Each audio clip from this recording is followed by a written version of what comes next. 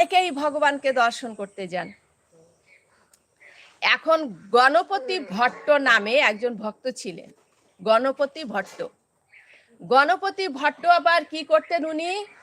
উনি পুজো করতেন গণেশ ঠাকুরের। গণেশ ঠাকুরের মাথায় কি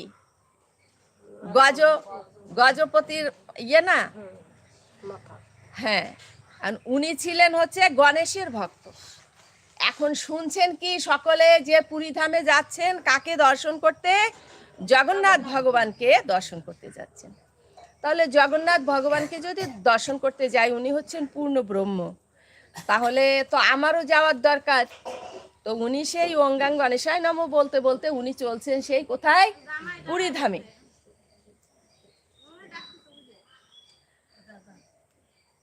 পুরীধামে এখন সবাই মানে ওই সময় তো আসলে পায়েই হাঁটতো সকলে, সবাই দৌড়ে দৌড়ে কোথায় যাচ্ছে? সেই পুরীধামে, নীলাচল ধামে জগন্নাথ ভগবানকে দর্শন করতে, পুরীধামের মন্দিরে। এখন গণপতি ভট্ট উনি দৌড়াচ্ছেন, বলছেন পূর্ণ ব্রহ্ম ভগবান জগন্নাথ সকলে দর্শন করতে যাচ্ছেন, তাহলে আমিও সেই ভগবানকে দর্শন করতে যাব। এরপর দৌড়ে দৌড়ে যখন সকল মানুষে গেলেন, এই গণপতি ভট্ট সেখানে যে উপস্থিত হলেন, কিন্তু এত যে ভিড় ভক্তদের, সেই ভিড়ে উনি আর এগোতে পারছেন না।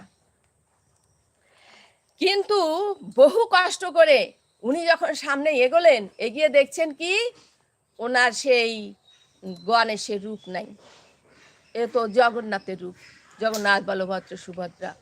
উনি দেখলেন, প্রণামও করলেন, গজর গজর গজর গজর করতে করতে ফিরে আসছেন। কোথায় পূর্ণব্রহ্ম ভগবান, কোথায় কি, কোথায় আমার সেই গণেশ মূর্তি? আমি সে কিছু দেখতে পেলাম না বলে উনি একেবারে দৌড়ে দৌড়ে আবার ফিরছেন। যখন আবার ফিরে যাচ্ছেন, তখন দেখছি কি পিছন থেকে কে একজন ডাকছে, বলছে গণপতি ভট্ট তুমি দাঁড়াও দাঁড়াও দাঁড়াও, তুমি কোথায় যাচ্ছ? গণপতি ভট্ট দাঁড়িয়ে গিয়েছে, বলছেন যে কেন আমায় ডাকছেন? বলছেন আরে তুমি তো সেই জগন্নাথ ভগবানকে দর্শন করবে, পূর্ণব্রহ্ম ভগবান, তুমি দর্শন করে সেখানে একটু স্থির হয়ে দাঁড়াবে, ভগবানের প্রসাদ নেবে, এখানে কত ভক্তরা থাকবে, কত লীলা কথা হবে, কত কিছু, এই আর তুমি এসেই এমনি চলে যাচ্ছ কেন? বলছে আরে দূর, পূর্ণব্রহ্ম হোক যা হোক আমার মাথায় থাকুক, আমার সেই সেই ইয়ে তো দেখি না আমি, জগন্নাথের দেখছে, কিন্তু ওনারও সেই গজবেশ তো দেখছে না। গজবেশ না দেখার কারণে ওনার রাগ হয়েছে, বলছে কি যে এটা তাহলে হচ্ছে না, আমার মন মতো হচ্ছে না, বলে উনি ফিরছেন।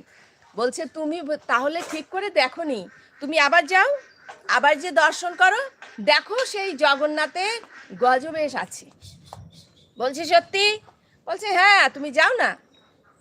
আবার উনি কি করলেন? ফিরলেন, মেঘ আবার আসছে না, আবার ফিরলেন।